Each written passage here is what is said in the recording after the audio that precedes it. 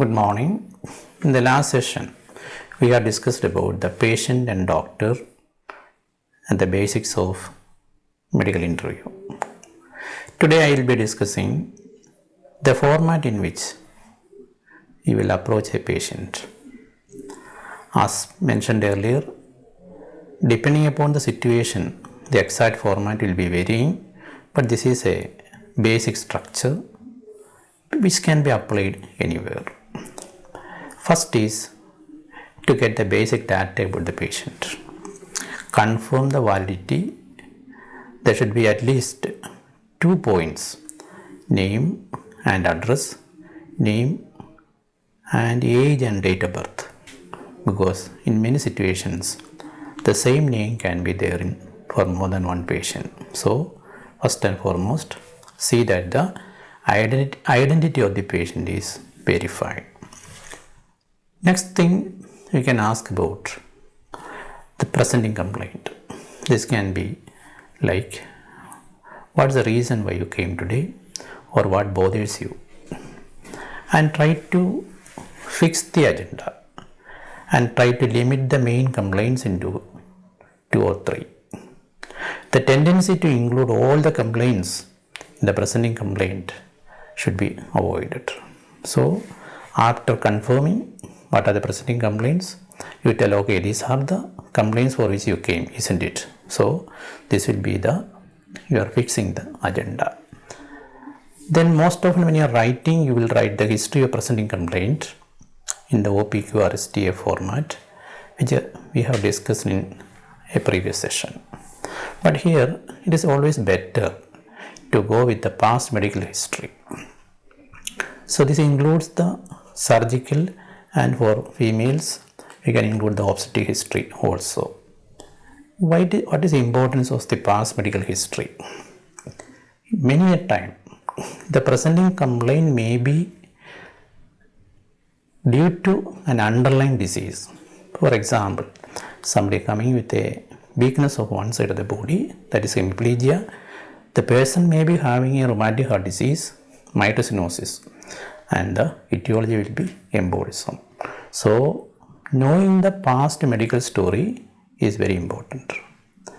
So, when you are taking the past medical history, always to try to get the treatment history also. This should include all the prescriptions from the various doctors. Should specifically ask for and get the details.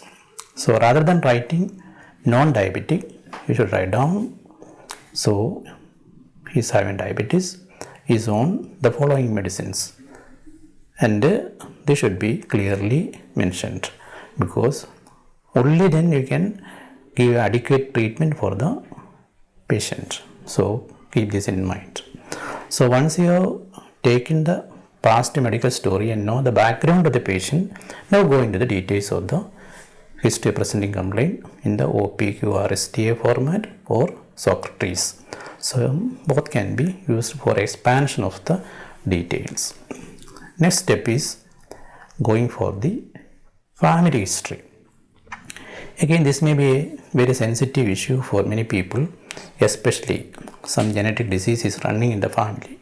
So, be sensitive in asking the questions, and also when some premature death has occurred in the family. So, be very sensitive in asking the details. If there are no relevant things coming, you can ask about history of, just like in past medical history, you can ask about diabetes, hypertension, the common diseases. You can remember by MJ threads. M stands for myocardial infarction, J stands for jaundice, T stands for tuberculosis, S stands for hypertension, R stands for renal disease, D stands for diabetes, S stands for stroke. This mnemonic can be used for eliciting the past medical history and also the family history. It is always a good habit to draw the family tree, so that you can know the pattern of disease in the family. So, this should include the 3 generations: parents, siblings, and offsprings. So, next step is the social and occupational history. For many medical students, social history means bowel and bladder. That tendency has to be avoided. They should include the home, the support system, the occupation, the socioeconomic status of the patient. In addition, the most important part is the high risk behavior. What do you mean by the high risk behavior? These are smoking, alcohol, substance use, and high risk sexual behavior. So be sensitive in asking these questions, and in another session we will discuss how to elicit these high risk behaviors. Also include a travel history. What is the importance of travel history? Somebody comes with a fever. This may be due to malaria. So in Kerala, malaria may not be there, or malaria is not endemic, but somebody has gone to North India and coming back, the fever may be due to malaria. So that is the importance of asking the travel history. So now it is time to review the systems. What is meant by review the systems? Review system means eliciting symptoms referable to other systems which may be having a relevance here. For example, somebody coming with a backache, the patient might have a history of hemoptysis. This may point to the possibility of a bronchogenic carcinoma with the secondaries in the spine. So again, many patients may get confused when you are asking a lot of questions related to various other systems. So tell them, I am going to ask few questions which may be relevant for your symptom. That is how we can open up the statement or give the statement and then start on taking the history. And it's always a good practice to have a printed form with you.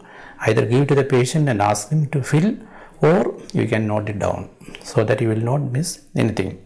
In this part, you should include definitely a few general questions like loss of weight, loss of appetite. In addition, major symptoms referable to each system. So once you have taken this history, you summarize these things, something called signposting. Okay, up to this time we have discussed this much. These are the things which I understood. Then you ask the patient, have you got anything else? And so that you will not miss anything, and inquire about the ideas, concerns and expectations of the patient. So for example, a patient coming with a headache, it may appear very innocent for you, but the actual reason for the patient coming and consulting you may be because somebody in the family might have a brain tumor. So that is importance of asking ideas, concerns and expectations of the patient. So thank the patient and close the interview.